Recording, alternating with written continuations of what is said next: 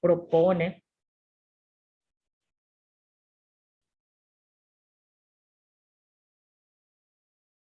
Yo leí grabar, profe. Ah, perdón. Bueno, sí. Bueno, ahí. Ok. Bueno, me quedé aquí, ¿verdad? Una de las cuestiones de los pensamientos de Aristóteles es un poco solucionar los problemas que se presentaron con anterioridad, ¿verdad? Entonces, él contra Parménides, él soluciona de alguna manera o muestra otra postura, ¿verdad? Sobre el monismo de Parménides. También, de alguna manera, él se pronuncia contra el movilismo de Heráclito, ¿verdad? Que ciertamente él afirma que todas las cosas se mueven, pero algo queda. Y contra el pluralismo idealista de Platón, no existen dos mundos ontológicamente distintos, sino uno solo, dice, ¿verdad? Y habíamos visto esto también en la clase anterior, ¿verdad? Las diferencias que Aristóteles tiene en cuanto a la postura de Platón, ¿verdad? Entonces, Platón sostenía la existencia de dos mundos. Aristóteles consideraba que esta duplicación del mundo era totalmente innecesaria, ¿verdad?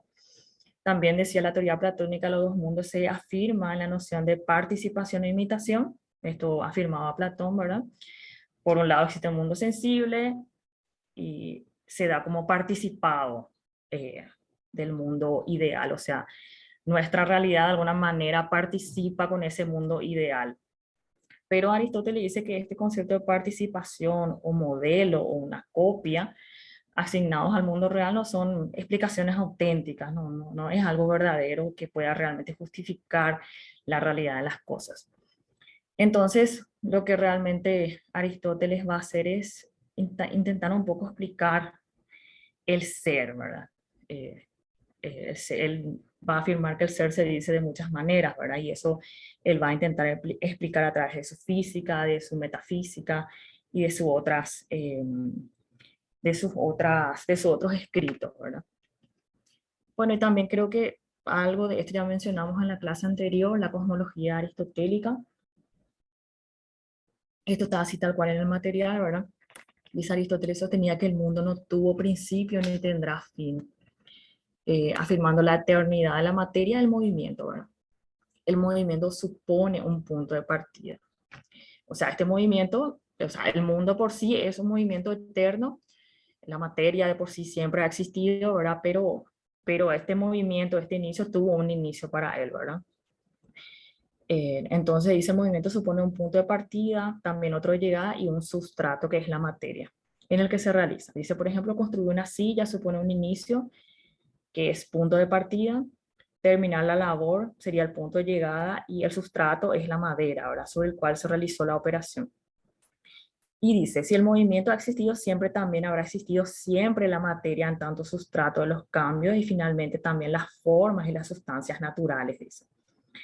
Y el estudio de la cosmología aristotélica o la postura aristotélica culmina con la teoría del motor inmóvil, que también se le denomina primer motor.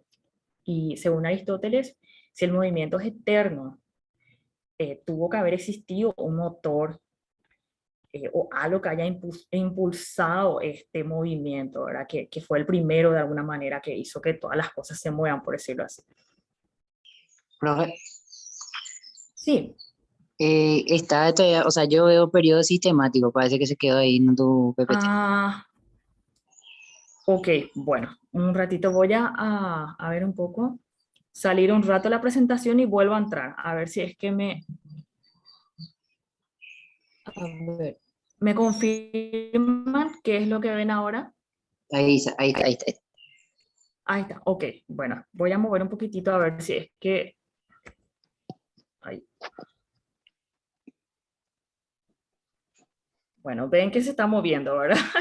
O sea, ven lo que de alguna manera Aristóteles propuso, se estaba moviendo mi presentación, entonces acá había quedándose la cosmología aristotélica, pasamos Profe, ahora a la... Sí, disculpe, buenas tardes, profe Sergio y buenas compañeras. tardes. Eh, Sí, Profe, tengo una consulta. El tema del arjé era sí, solamente para los presocráticos, ¿verdad? Lo que sí, ya, lo que es ya Platón en adelante ya no existe el arjé propiamente. exactamente. Es como que de alguna manera, de hecho, desde Parménides Ciertamente, algunos teóricos afirman que el ser de Parménides es un arjé, otros dicen que ya no, ¿verdad? Es como que de Parménides para adelante ya no hay una visión o una postura de buscar el arjé, por decirlo así, sino más bien de interpretar esta realidad de otra manera. Inclusive al punto de que cuando llegamos a los sofistas, ellos ni siquiera se plantean ya esa cuestión. Bajan al ser humano y bueno, nuestra existencia, la ética, la moral, ¿verdad? Profe, Sí, pasa que había puesto en más tipo una ayuda a memoria o algo ajá, equivalente a lo arjé de los claro. presocráticos. Puse, por ejemplo, el de Platón, el de Miurgo, y el de Ujú. Aristóteles, el primer motor o motor Sí, o inmóvil. sea, O sea, algo sí, paralelo nomás. No digo que sea el entiendo. arjé. Claro, sí, entiendo. Es como una analogía, ¿verdad? Como una ayuda a memoria, entiendo.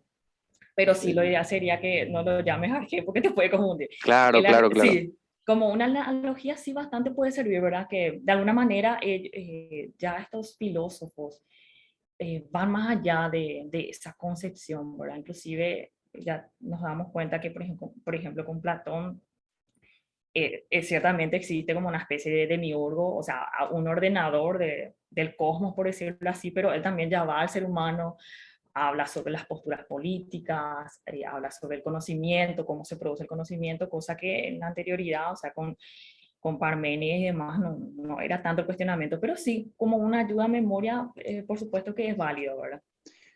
Por último, profe, en cuanto a los métodos, eh, tengo así tipo una ayuda a memoria también.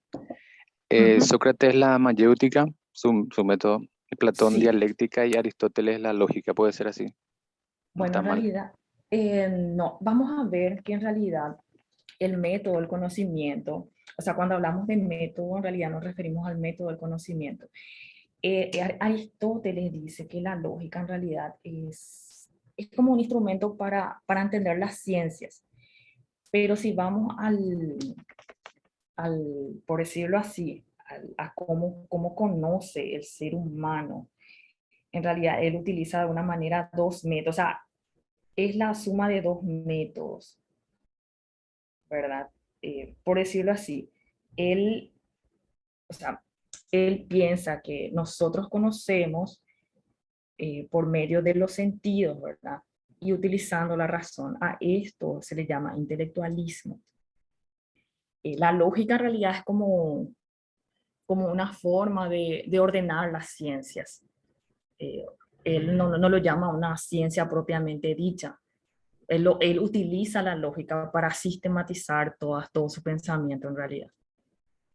Eso vamos a ir viendo en una de las diapositivas que preparé. Algo está en el material, ¿verdad? Pero hay algunas cositas que les falta que saqué de otros materiales que están en nuestra bibliografía, ¿verdad?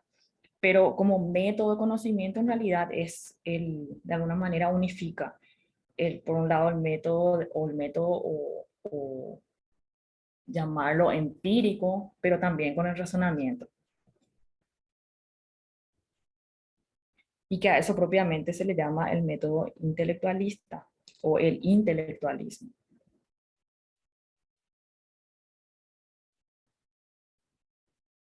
No sé si por ahí eh, respondo a tu pregunta o confundo más las cosas, ¿verdad? Creo, profe, que se va a ir aclarando a medida que avancemos. Sí, exactamente, sí. De por ahí también problematiza más, ¿verdad? Porque realmente, como les había mencionado, nosotros recibimos todo lo que, o sea, todo esto, Sócrates, Platón, Aristóteles, recibimos llámese traductores, ¿verdad? Y hasta ahora siempre hay una interpretación o reinterpretación de sus teorías, ¿verdad? Inclusive nosotros recibimos ya traducciones del latín, ¿verdad? Que en griego en realidad significaba otra cosa y esas cuestiones, ya no hay lo tipo, por decirlo así, una verdad absoluta con estas cuestiones de la filosofía, sobre todo con estas cuestiones más antiguas, ¿verdad? Ya con Kant, bueno, es diferente. Pero bueno, vamos a ir aclarando eso, vamos a llegar a una parte donde él habla acerca de la cuestión de cómo se produce el conocimiento y ahí sí podemos hablar propiamente del método en sí, ¿verdad? Que él adopta. Bueno, entonces, justamente ya estamos en este punto que es la teoría del conocimiento o la epistemología aristotélica. Aristóteles parte de los sentidos, ¿verdad? Para él la experiencia es condición indispensable para alcanzar el conocimiento, y en esto participa de aquel principio que nada hay en el intelecto que no haya estado antes en los sentidos, ¿verdad? Esa es una frase aristotélica que tiene que ver con un poco con eso de que el hombre es una tabula rasa, dice, ¿verdad? O sea, el hombre nace como una percibiendo los objetos a través de los sentidos, entonces él es como que va entendiendo el mundo, va construyendo de alguna manera conceptos, por decirlo así, ¿verdad? Entonces, en el orden de los sentidos, a través de la percepción y la imaginación, se dan las imágenes de las cosas, dice. Es decir, las representaciones sensibles, individuales y concretas. Es un proceso. Luego, el intelecto activo, que le llama intelecto activo, también, o intelecto agente, por medio de la abstracción, o sea, ya dejamos de lado el proceso de los sentidos, de la captación de los sentidos, vamos a un proceso de abstracción. Dice que forma los datos individuales, los conceptos universales o representaciones intelectuales de las cosas. El concepto obtenido por el intelecto activo es recibido por otro intelecto que se llama intelecto pasivo. El intelecto pasivo hace efectivo el conocimiento manejando los conceptos obtenidos por el intelecto activo, construyendo otros nuevos y juzgando acerca de las cosas.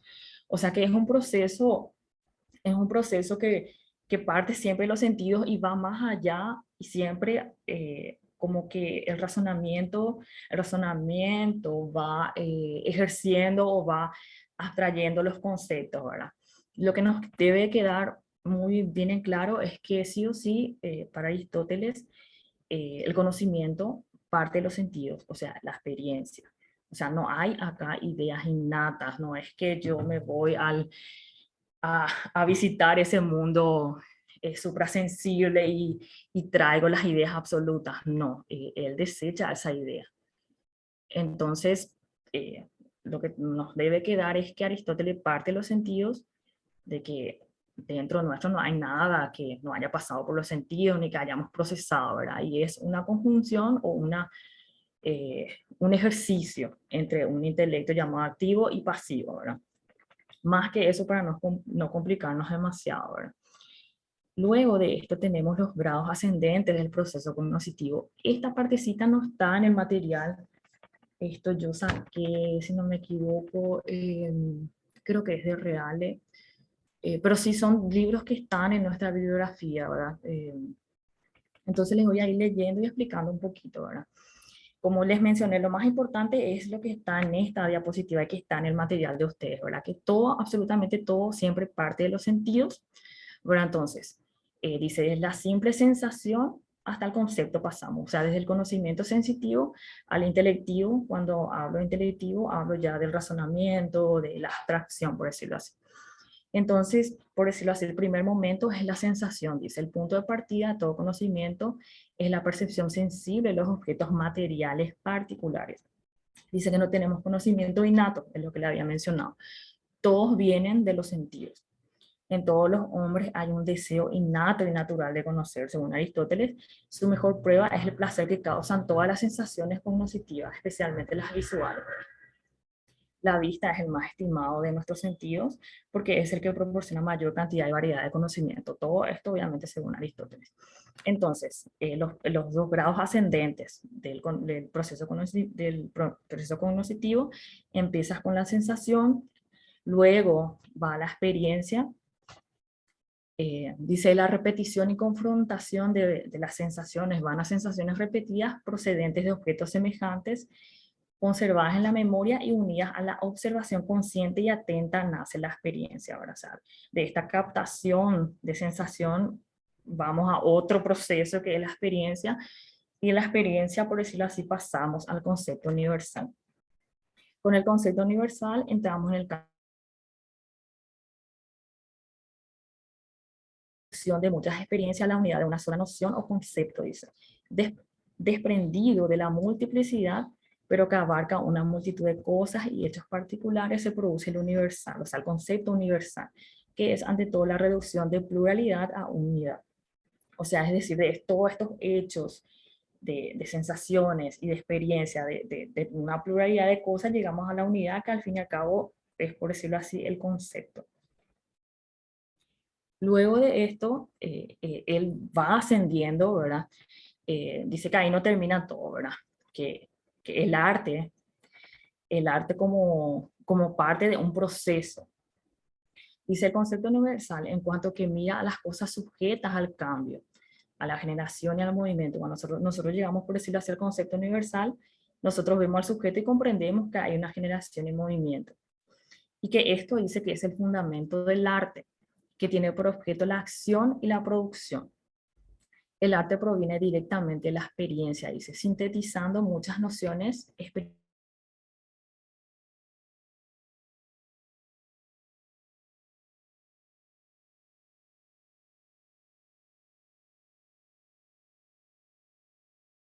en que ésta se limita al conocimiento de cosas en ir unidos. Aristóteles tiene, ay, no sé si me escuchan o me salió un mensaje otra vez acá, bueno, dice el arte y la experiencia deben ir unidos, ¿verdad? Para Aristóteles es bien visto el arte eh, eh,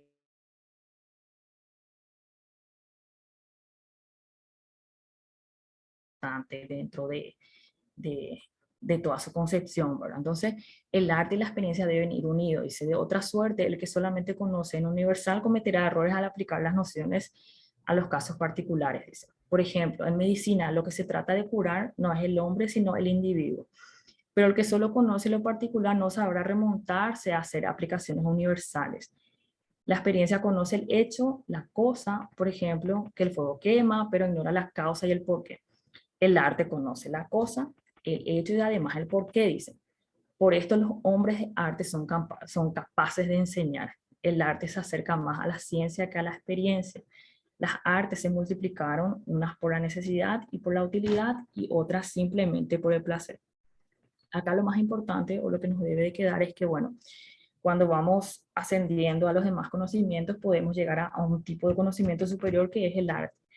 Y que el arte es superior a la experiencia porque el arte conjuga, llámese concepto y el cómo hacer y el por qué, por decirlo así, ¿verdad?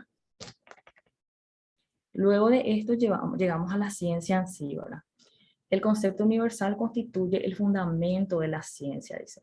Después que habían sido inventadas todas las artes, o sea, lo anterior se inventaron las ciencias, que no tiene por objeto inmediato la necesidad ni el placer, que sí tiene el arte, por ejemplo, ¿verdad?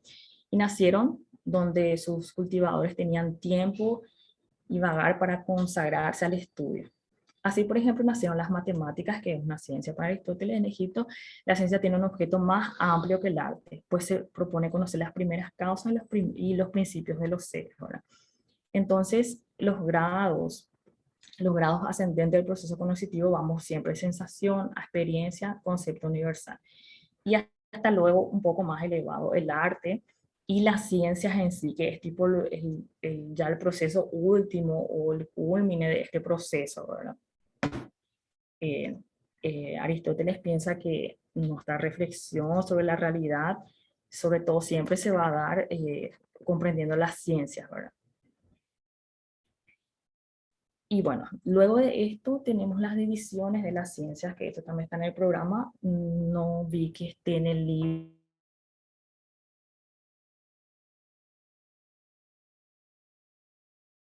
En tres grandes sectores. Las ciencias teóricas, es decir, ciencias que buscan el saber por sí mismo, y las ciencias teóricas ya entra la física, y también la metafísica, las matemáticas de alguna manera, las ciencias prácticas, es decir, ciencias que buscan el saber para lograr por su intermedio la perfección moral, y las ciencias creadoras o productivas, y ahí entra el arte, aquellas ciencias que buscan el saber con vistas a un hacer, con el propósito de producir determinados objetos. O sea, las ciencias poéticas o las ciencias creadoras o productivas son aquellas que producen objetos, por decirlo así, eh, que hacen algo más, no solamente algo teórico ni práctico, sino con vistas muchas veces a producir un placer estético o lo que fuere, ¿verdad? Entonces la división de las ciencias, para Aristóteles nosotros tenemos que saber que siempre son tres. teóricas, prácticas, creadoras, o creo que también, no sé si en el programa creo que lo menciona como literaria o artística, ¿verdad? Pero siempre son tres, ¿verdad? Bueno, luego de esto viene lo que es la filosofía primera. La filosofía primera es la metafísica. En realidad este término de metafísica se introduce mucho después, ¿verdad? Con un historiador, si mal no me equivoco, creo que se llama Andrónico de Rodas. Pero bueno, eso así tal cual no les va a salir a usted en el examen, ¿verdad? Sino que es la filosofía primera, entender un poquito qué es eso, ¿verdad? Aristóteles utilizaba la expresión filosofía primera o incluso teología en muchas ocasiones en oposición a la filosofía segunda o física. Es decir, él escribió varios tratados, varios, eh, varios escritos nos llevaron hasta nuestros días, ¿verdad? Entonces, este historiador o este compilador lo que hizo fue, bueno, designar a esta filosofía primera el término de metafísica y en contraposición a la filosofía segunda, que es la física, por decirlo así, porque Aristóteles también escribió su tratado sobre física propiamente dicho, ¿verdad? Luego, dice la filosofía primera constituye precisamente la ciencia que se ocupa de las realidades que están por encima de las realidades físicas. Es lo que yo le había mencionado, ¿verdad? Metafísica siempre concebirlo como algo que está más allá de la física. Serían ya las cuestiones que van más allá de lo que puede percibir los sentidos, ¿verdad?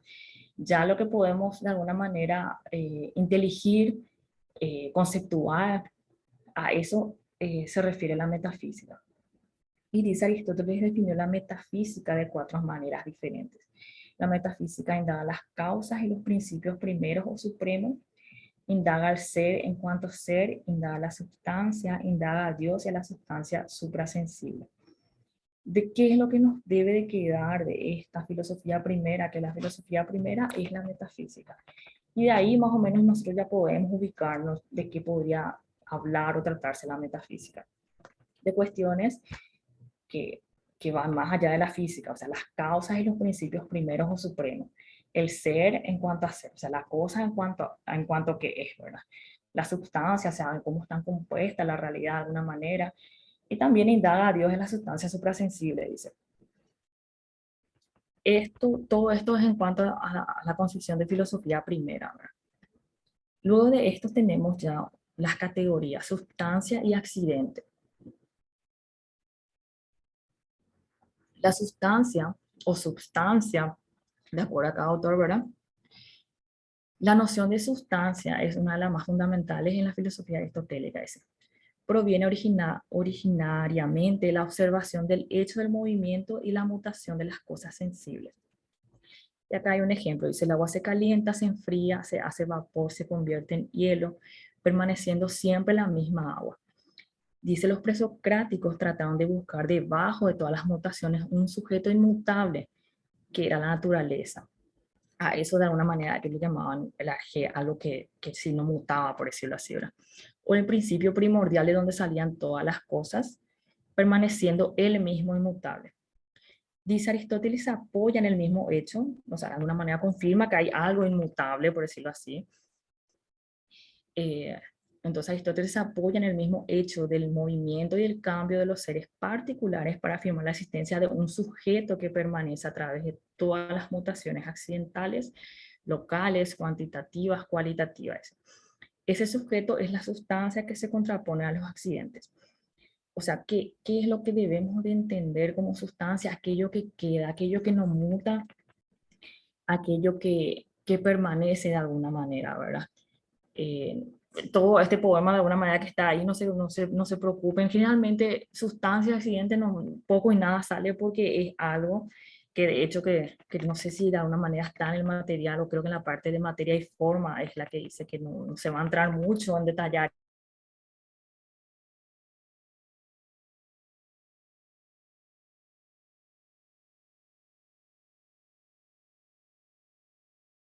eso porque es algo que hasta ahora está en disputa. Al final es como que es lo que queda, ¿verdad?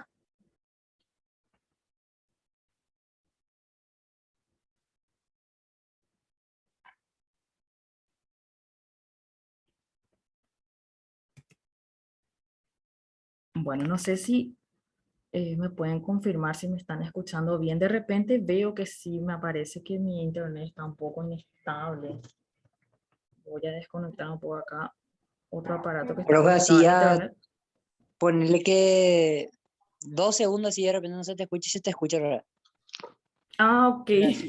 Pero así cada Bueno, tanto, así 2 segundos, parece que se pausa así y después se... ah, ok, sí. Bueno, ahora mismo me ocurrió lo mismo contigo, perdón. No sé si es el internet en sí o qué puede ser, ¿verdad? Sí, sí. O Pero sea, poco es, pero poco. sí, Ok, sí, chiquitito, chiquitito. ok. Voy a ir un poquito más pausada también, entonces como para que no se sienta tanto eso, ¿verdad? Pero sí, ay Dios mío, nuestro internet cada vez está peor, pero bueno. Entonces, como les había dicho, la sustancia, más que eso, ¿verdad? Que es lo que queda, lo que no muta de alguna manera, ¿verdad? Y dice, la sustancia existe por sí.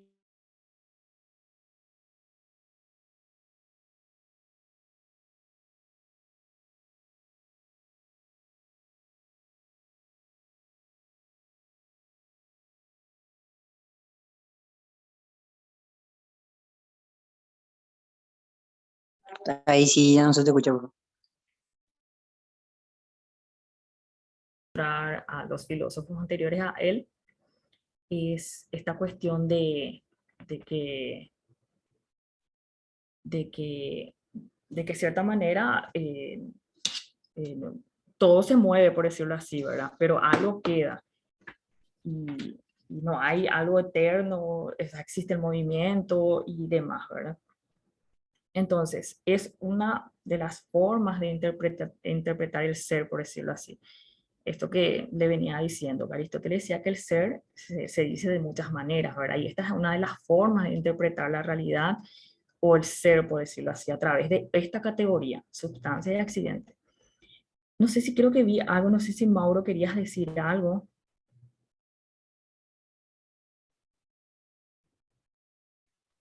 No, no, profe.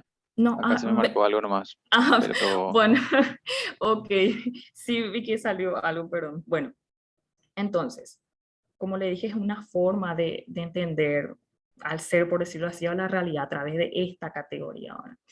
Entonces, bueno, tenemos sustancia y, y los accidentes. Dice, a la sustancia se contraponen los accidentes.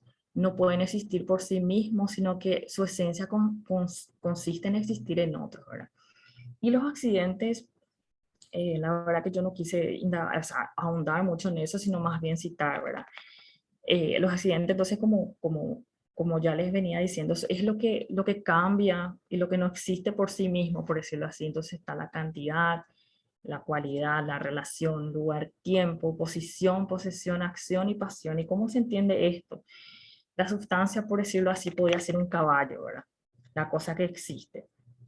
Y yo puedo decir en cuanto a la cantidad que, no sé, el caballo pesa 60 kilos, ¿verdad? O 70, o mide tanto, ¿verdad? En cuanto a la cualidad, puedo decir que el caballo es blanco, que es negro. En cuanto a la relación, puedo decir que el caballo es de Juan o de Pedro. En cuanto al lugar, puedo decir, no sé, que el caballo está en mi patio. En cuanto al tiempo, que ayer corrió por mi patio, que hoy está sentado. En cuanto a la posición, eh, qué es lo que está haciendo, por decirlo así, o qué posición está ocupando en el espacio. Bueno, está acostado, está, no sé. Y en cuanto a la posesión, ¿qué es lo que tiene? O sea, con qué cosas está armado, por decirlo así, ¿verdad? No sé, está ensillado. Y la acción en sí es lo que está haciendo. Si, no sé, está durmiendo, está comiendo. Y la pasión se refiere a lo que padece, más que quizás este término es lo que más de repente crea un poco de confusión, ¿verdad? Porque pasión hoy por hoy nosotros entendemos como una cuestión así más de sentimiento quizás, ¿verdad? Como algo que nos apodera, por decirlo así, pero en realidad pasión en este término de accidente se refiere a lo que padece, por decirlo así, no sé, el caballo está siendo insultado o le están pegando, una cosa así, ¿verdad? Entonces, las formas de entender el ser sería así, ¿verdad? Como unas categorías, sustancias y accidentes, ¿verdad? Bueno, luego de esto tenemos el movimiento, que es también otra forma de entender esta realidad o el ser, por decirlo así, ¿verdad? Y con el movimiento, acordémonos de esto, ¿verdad? Con el movimiento Aristóteles de alguna manera está sentando una postura o de alguna manera concilia o refuta eh, la, la, la cuestión de Parménides, ¿verdad? Que para el ser era inmóvil, ¿verdad? Entonces, él dice que no, que existe el movimiento y que se puede entender el ser de diferentes maneras, ¿verdad? Entonces dice, un hecho que siempre encontramos en el centro de la inquietud filosófica de los griegos es el movimiento. Y acá dice, acuérdense del ente, uno, e inmóvil de Parménides de la teoría del devenir también de Heráclito, y de las ideas imperecederas y eternas de Platón, dice. Aristóteles explica el movimiento por medio del acto y la potencia. No sé, quizás podría salir una pregunta así, o yo recuerdo vagamente que era esta cuestión, ¿cómo explica el movimiento Aristóteles? Y ahí sale sustancias, accidentes, no sé qué le puede salir, metafísica, y otra que es acto y potencia. Acto y potencia siempre nos referimos al movimiento. Entonces acuérdense más que nada de eso, movimiento es igual a acto y potencia en Aristóteles. Entonces, potencia es aquello que se encuentra como posibilidad de hacer algo y el acto es la concreción, la actualización de esa posibilidad.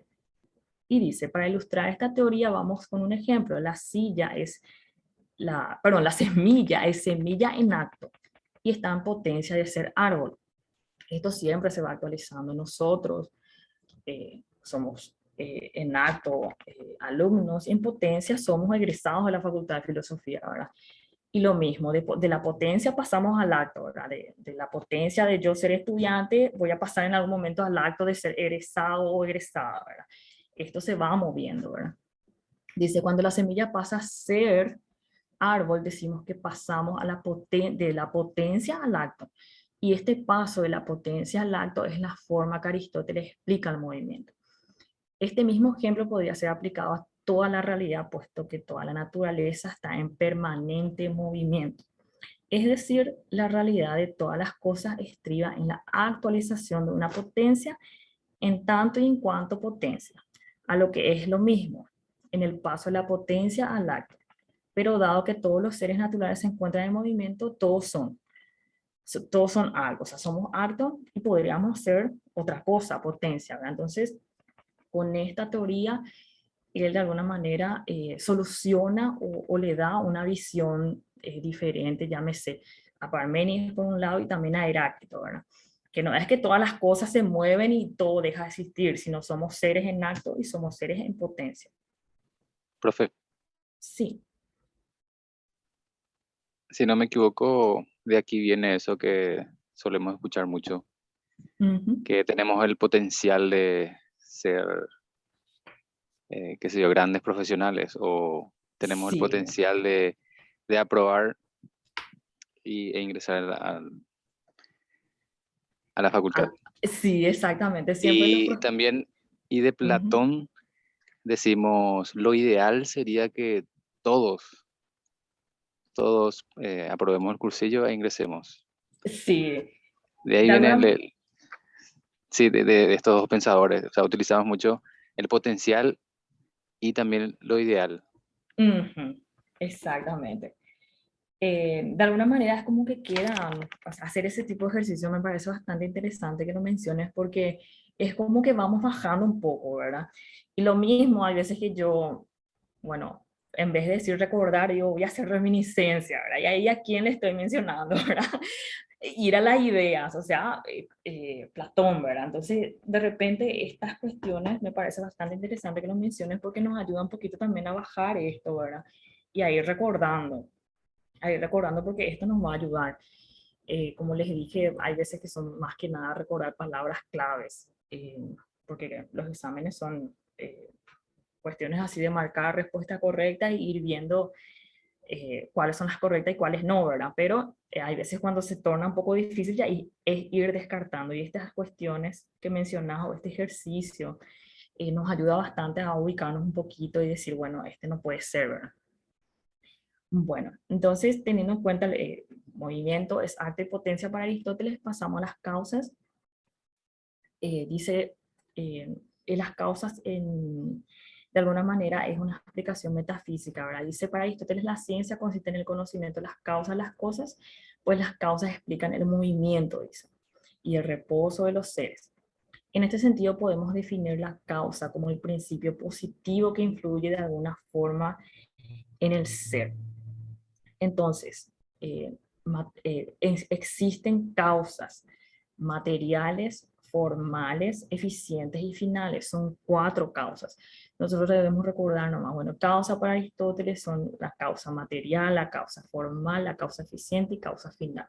Entonces, material y formal son causas intrínsecas, es decir, que algo que está en el sujeto, la materia y la forma. La forma sería la esencia de las cosas. Hay una causa eficiente y una causa final, y estas últimas causas están fuera del sujeto, son extrínsecas. Y dice, en el caso de una estatua, esto es como un ejemplo, la causa material sería el mármol o el metal en que ha sido realizada, ¿verdad? La causa formal es el cuerpo que en dicha estatua aparece representado. La causa eficiente es el escultor y su actividad, o sea, el que de alguna manera ejecuta esa obra, por decirlo así. Y la causa final es el fin que orienta hasta su término el trabajo del escultor. Es la finalidad, tipo, ¿para qué se hizo esto? O de alguna manera relacionarlo con esta palabra, teleología, ¿verdad? La causa, el por qué está eso ahí, ¿verdad? Aristóteles creía que toda nuestra realidad tenía estos principios causales, ¿verdad? Material, formal, eficiente y final. Y de alguna manera de estas causas, a ver si viene así, de alguna manera de estas causas nace lo que es el ilemorfismo, materia y forma, de la causa material y formal, ¿verdad?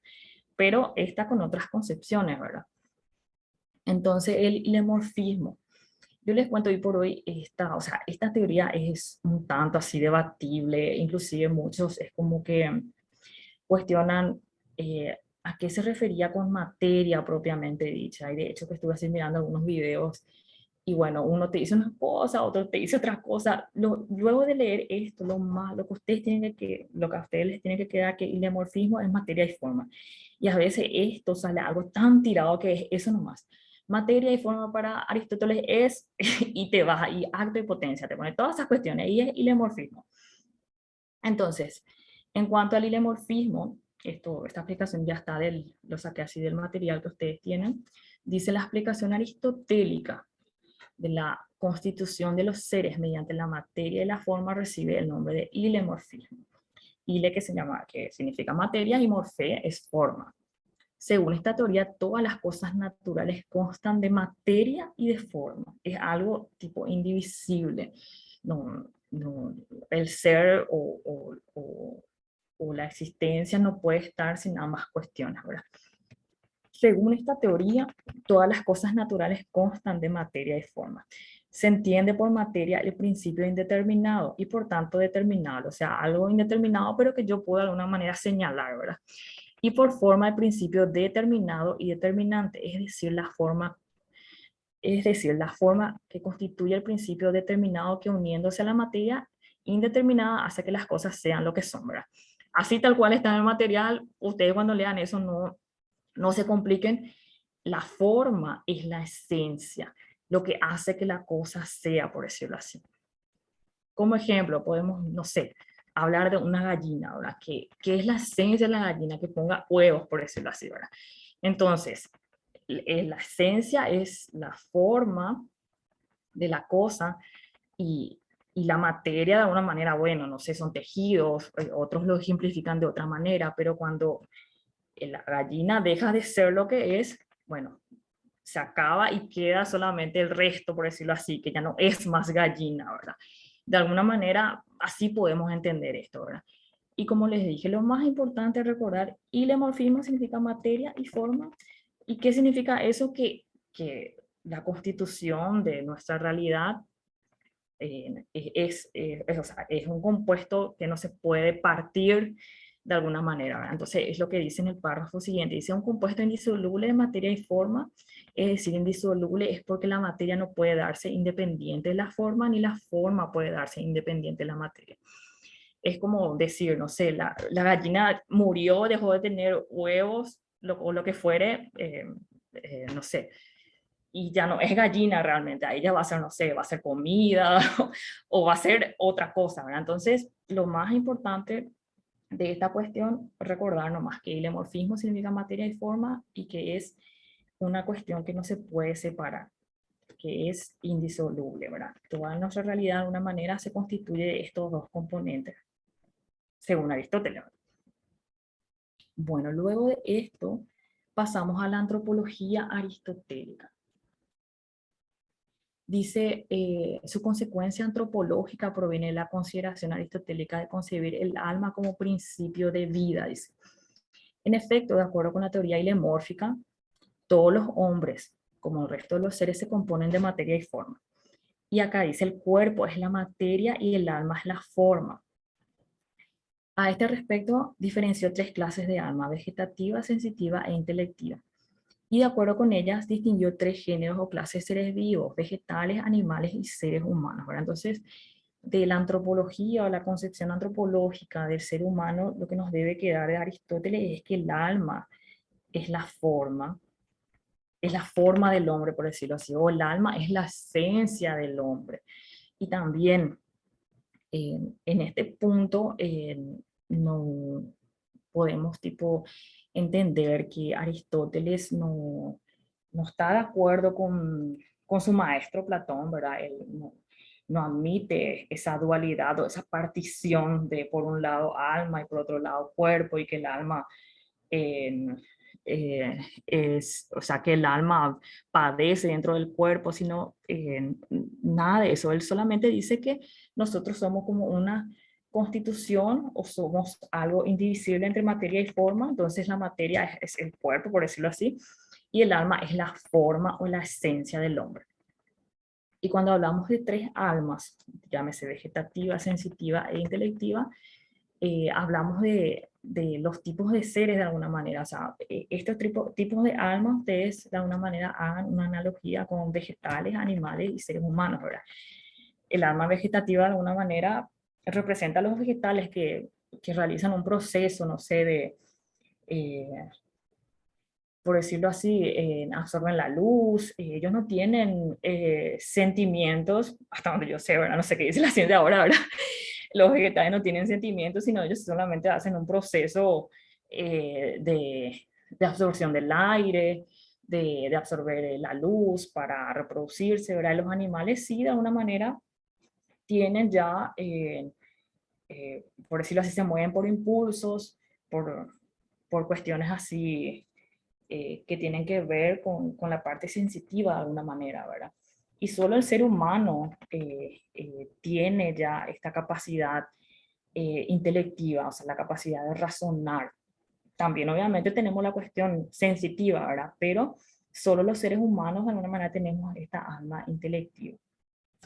De la antropología de Aristóteles solamente eso es lo que debemos recordar, ¿verdad? Lo que está marcado luego en el libro, así tal cual con las negritas, ¿verdad? Bueno, de la antropología pasamos a la ética. Al estudiar la ética, Aristóteles, siguiendo sus propios principios, y se atendió a las exigencias de la naturaleza humana y de acuerdo con esta constató que todos los seres humanos tienden por naturaleza a la felicidad. Para Aristóteles, eh, la búsqueda de la felicidad tiene que ver con su ética. Acuérdense solamente de eso, ¿verdad? La felicidad o eudaimonía tiene que ver con la ética, la búsqueda de la felicidad, dice. Las facultades propias de los seres humanos son el entendimiento y la voluntad, dice. Y en consecuencia, la auténtica felicidad de los seres humanos habrá de consistir en el ejercicio correcto de dichas facultades, es decir, la facultad de entendimiento, razonamiento y de la voluntad. Aristóteles permanece en el intelectualismo y el elitismo griego, porque al fin y al cabo él dice que solo los sabios podrán ser felices, ¿verdad? Porque van a tener esa capacidad, no solamente la voluntad, sino también del entendimiento. Entonces, la ética de Aristóteles, nos quedamos con eso, es eudaimonía, que significa la búsqueda de la felicidad. Luego de esta cuestión de la ética pasamos a la virtud,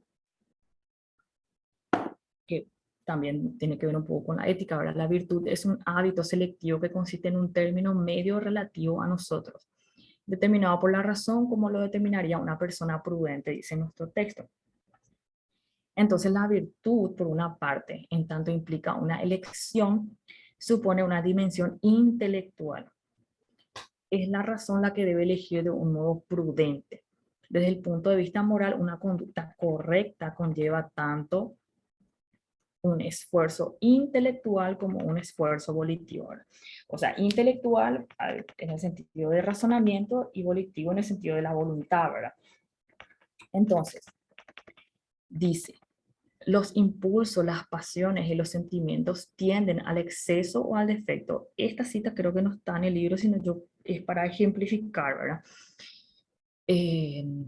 Demasiado o demasiado poco. Al intervenir la razón debe indicar cuál es la justa medida, que es la vía media entre dos excesos.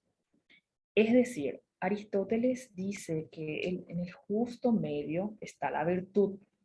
Es decir, ni muy por el extremo, ni muy por el defecto, o ni muy por el exceso, ni muy por el defecto. Y el ejemplo es, por ejemplo, la virtud del valor. El valor es una vía media entre la temeridad y la cobardía. O sea, la temeridad, por un lado, el impulso racional de, no sé, retarle a todo el mundo, y la cobardía, el, el defecto de no atreverse a nada. Entonces, entre estos dos puntos está el valor, ¿verdad? Que es, por decirlo así, el punto medio. Por eso esa cita en negrita, donde dice la virtud es un hábito selectivo que consiste en un término medio relativo a nosotros. Eso siempre va a ser relativo a nosotros, no es algo universal para Aristóteles. Y eso lo determinamos por la razón como lo determinaría una persona prudente. Dice, o sea, nosotros cuando razonamos y decimos, estoy entre estos dos extremos, entonces, ¿cuál sería, por decirlo así, el punto medio? Esa es la virtud. Y como ejemplo está el tema del valor, ¿verdad?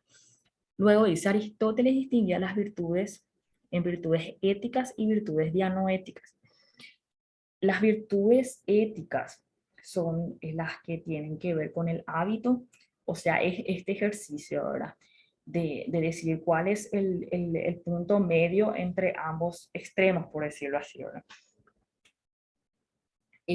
Estas virtudes son virtudes que todos los pueden practicar de alguna manera por medio del intelecto y de la voluntad. Pero las virtudes dianoéticas son otra cosa. Dice, las virtudes dianoéticas son virtudes intelectuales y según Aristóteles son 5. Ya, el arte, la ciencia, la cordura, la sabiduría y el entendimiento, ¿verdad? Las virtudes dianoéticas ya no son, por decirlo así, esa práctica o ese hecho de elegir entre dos términos, sino más bien se refiere a cuestiones ya elevadas o prácticas elevadas. En nuestro material menciona, o sea, en nuestro material básicamente muy poco y nada habla de las virtudes dianoéticas, porque en el cursillo creo que más se nos quiere dar a entender las virtudes éticas, ¿verdad? Entonces, recordar básicamente que las virtudes son dos para Aristóteles, las virtudes éticas y dianoéticas, y las virtudes éticas son aquellas que tienen que ver con la práctica del razonamiento, con la búsqueda del punto medio entre dos polos, por decirlo así, uno que es un exceso de algo y el otro es un defecto de algo, y ese, por decirlo así, ese justo medio, ese punto medio, esa es la virtud para Aristóteles, ¿verdad? Bueno, luego de esto ya pasamos a la concepción política de Aristóteles. Dice que según Aristóteles a diferencia de las bestias y de los dioses, el ser humano es social por naturaleza. Son políticos, ¿no? Y lo más importante que debemos recordar de Aristóteles en cuanto a su política es eso: el hombre es un animal político o son políticos. de tal modo que solo puede llegar a alcanzar su calidad de ser humano viviendo en sociedad. Por tanto, la ciudad o la polis es anterior al individuo, o sea, eh, eh, es tipo antinatural vivir en soledad o vivir fuera de la ciudad, ¿verdad? Porque el hombre, por naturaleza, es un animal político, dice, ¿verdad? En cuanto a la organización del gobierno, distinguió entre formas puras o correctas y formas corruptas o degeneradas, dice. En las formas correctas de gobierno señaló la monarquía o gobierno de una persona, la aristocracia o gobierno de los mejores y la democracia o gobierno del pueblo. Y como formas degeneradas o incorrectas, bueno, si una monarquía, por decirlo así, se degenera, pasa a ser una tiranía. Lo mismo de la democracia a la oligarquía. Perdón, de la aristocracia a la oligarquía y de la democracia pasamos a la parte degenerada que va a ser ya la demagogia. De acuerdo con su tendencia a considerar las particularidades y las circunstancias concretas, no estableció ninguna preferencia, dice, por una determinada forma política, sino que viene a concluir que la mejor forma de gobierno está dado en cada caso concreto por las necesidades y el grado de desarrollo e idiosincrasia de los pueblos. Él solamente habla de tres formas correctas de, de prácticas políticas, por decirlo así, y bueno, si esas prácticas se degeneran, van a terminar en tiranía, oligarquía y demagogia. Profe,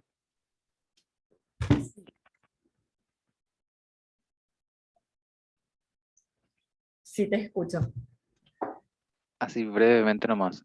La demagogia, ¿cómo es el Ujú. gobierno de demagogo? Bueno, Brevemente no, sí, profe. Gracias. sí, sí. Bueno, si la democracia es el gobierno, o sea, entendiendo siempre como el contrapuesto, ahora, si la democracia es el gobierno de la elección de todo un pueblo, la demagogia sería lo contrario, o sea, la degeneración o la tiranía de todo un pueblo, por decirlo así.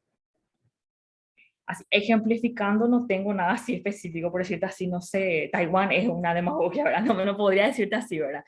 Pero entendiéndolo como eso, como una degeneración eh, de, o la corrupción de todo un pueblo, por decirlo así. En ese Porque, sentido, porque así, profe, a priori, uh-huh, así, los conceptos así más o menos sabidos, la uh-huh, aristocracia es de los mejores, la democracia de la mayoría, la sí, tiranía de uno solo, la oligarquía de un grupo, un uh-huh, grupo selecto, y la demagogia, lo que no, no tengo un poco a priori. sí. Y bueno, según el diccionario, realmente la demagogia significa dominación tiránica del pueblo, ¿verdad? O sea, si la democracia es la elección de todo un pueblo, es por decirlo así, la degeneración o la tiranía de La justamente ese mismo pueblo. anarquía sería más o menos, ¿verdad? Anarquía. Sí, yo creo que estaría Porque más la, emparentada demo- con la anarquía. la democracia es de toda la mayoría y anarquía es de Sí, nadie, o sea que cada uno por su... Por ahí creo que va sí, la mano, profe.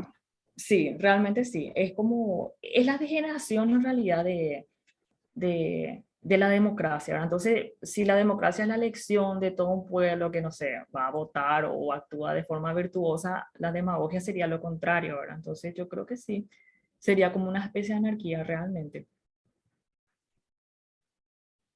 Gracias, profe. Bueno, ok. Bueno, entonces, de la concepción política nos quedamos básicamente con estas cuestiones de que el hombre es un animal político por naturaleza y las elecciones, ¿verdad? Monarquía, aristocracia y democracia.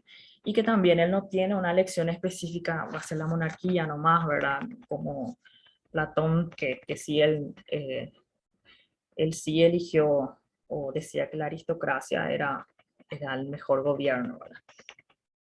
Bueno. Hasta aquí terminamos Aristóteles, todo esto y algunas cositas están, o sea, casi todo lo que yo mostré hasta acá está en el material, algunas cuestiones lo saqué de otros materiales que forman parte de nuestra bibliografía. Luego de Aristóteles viene un periodo de las escuelas morales menores, eso no está en el programa, pero sí las cuestiones que yo voy a ir mostrando acá es como que nos va a servir un poco de contexto para lo que viene, que va a ser ya la patrística y la escolástica. Y también mencionarles, ¿verdad?, que estos términos sí están en el material, pero están en la unidad cuarto, si no, la cuarta unidad, si no me equivoco, ¿verdad? Entonces, luego de Aristóteles, ¿verdad?, luego de todas estas escuelas vienen, o ya en la Grecia, aparecen otras escuelas, ¿verdad?, que muchos historiadores lo llaman periodo de las escuelas morales menores, ¿verdad? Y eso es como que se va desarrollando hasta la aparición, por decirlo así, del cristianismo, ¿verdad? Entonces el cristianismo se encuentra con todas estas escuelas de alguna manera vigente, ¿verdad? Bueno, yo cito primeramente el epicureísmo. Epicuro era un filósofo. Dice, para Epicuro la filosofía posee una función útil. eh, Liberarnos de nuestras pasiones y los dolores que turban nuestra alma para conseguir la felicidad. En este sentido, la ética epicúrea, o sea, la ética de Epicuro intenta decirnos en qué consiste nuestro bien, qué camino es conveniente seguir, qué comportamiento debemos evitar y al mismo tiempo establecer las adecuadas normas de conducta. Para estas escuelas, la búsqueda de estas escuelas es más que nada la felicidad del hombre, ¿verdad?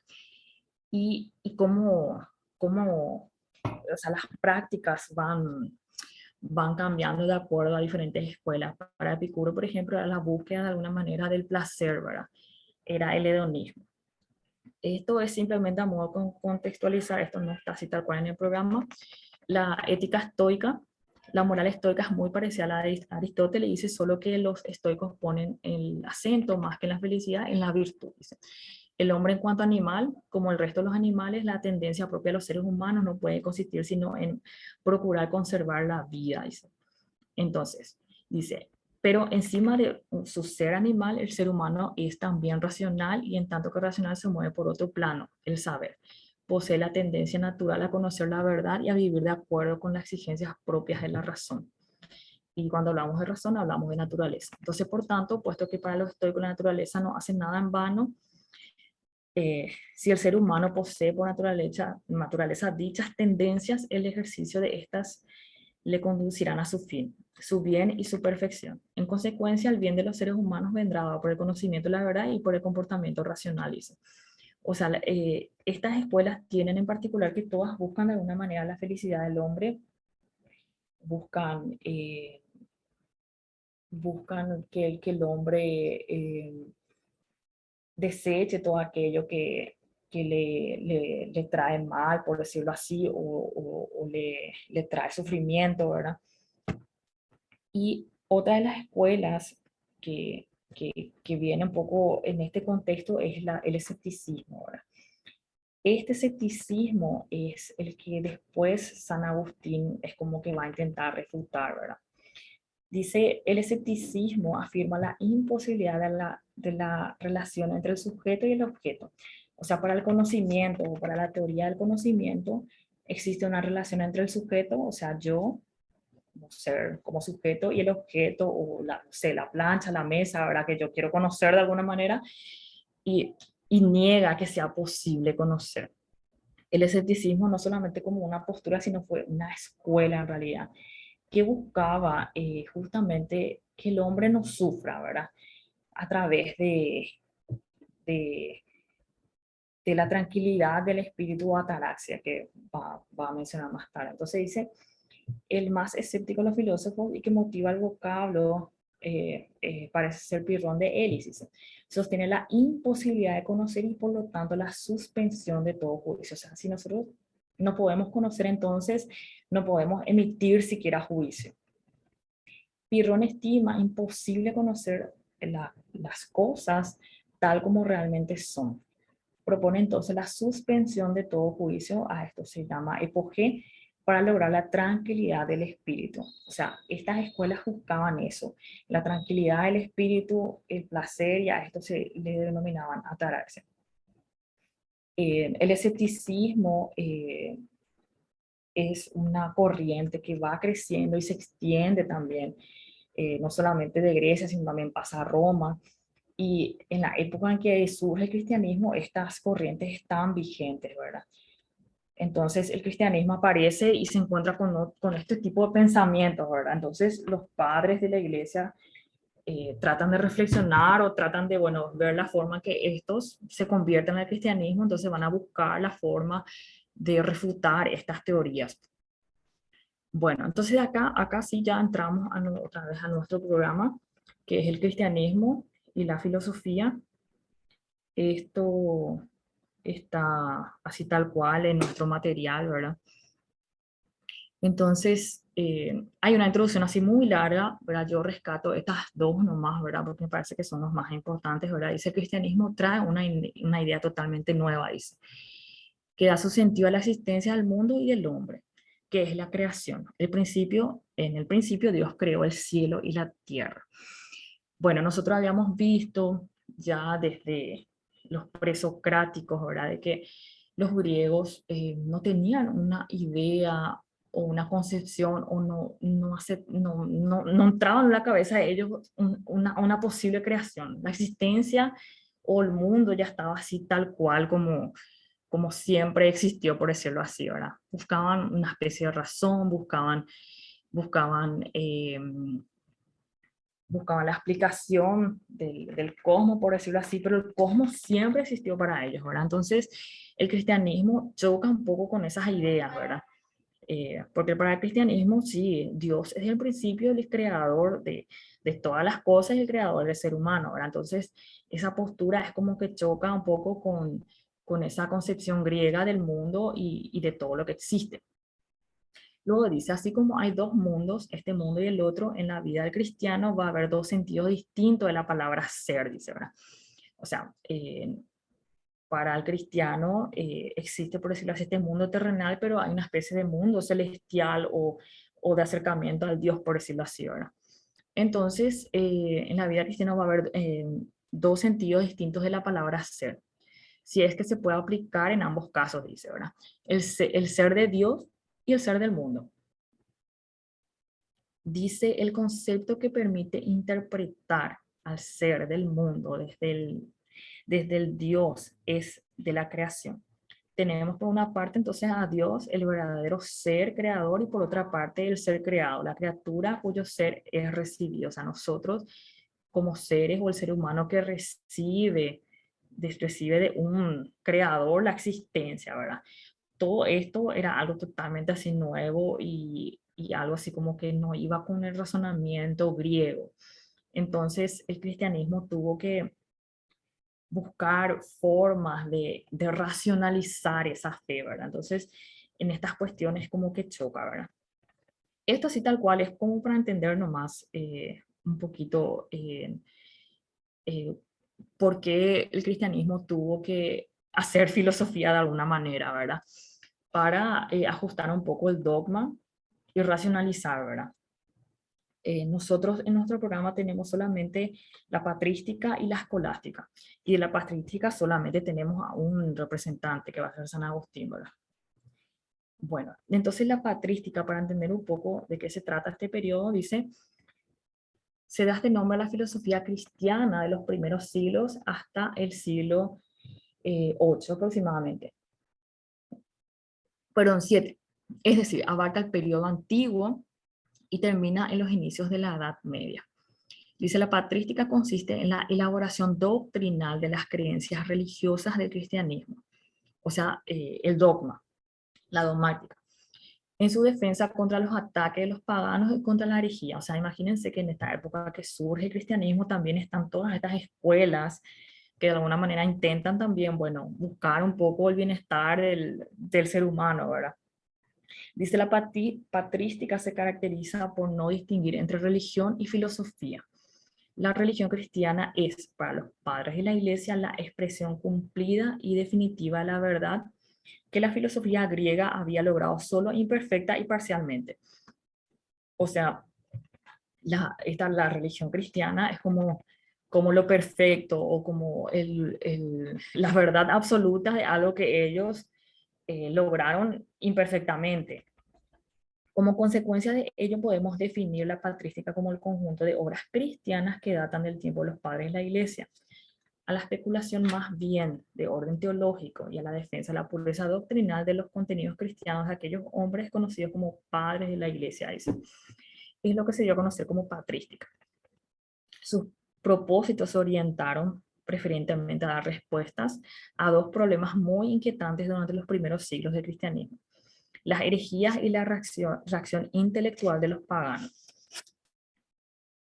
O sea, en esta época es como que ellos deben eh, dar las respuestas o cómo interpretar el fenómeno o el hecho mismo del cristianismo que nace con Jesucristo, ¿verdad?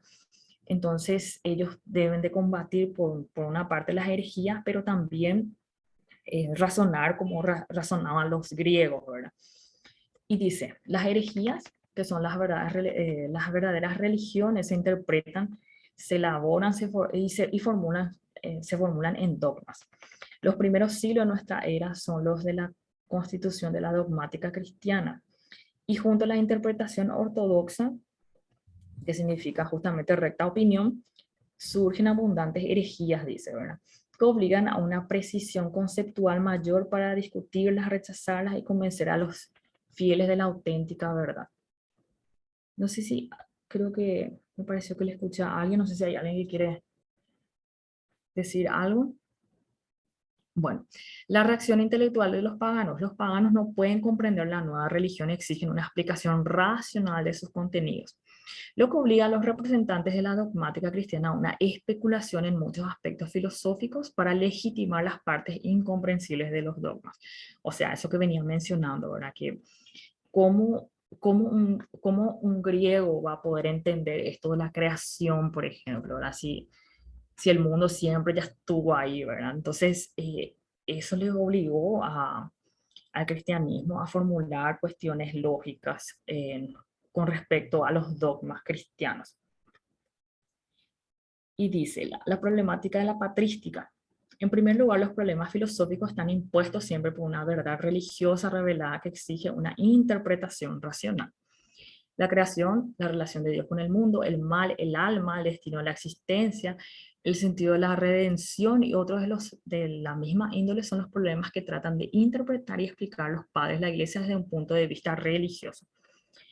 Y también en segundo lugar están las cuestiones puramente religiosas que se refieren a la esencia de Dios, la Trinidad, que de alguna manera también ellos entraron a racionalizar eso, ¿verdad? Y en tercer lugar aparecen los moralistas cristianos que establecerán las bases de una nueva concepción ética fundada en la idea del pecado, en la gracia, la relación del hombre con su creador, culminando en la idea de la salvación.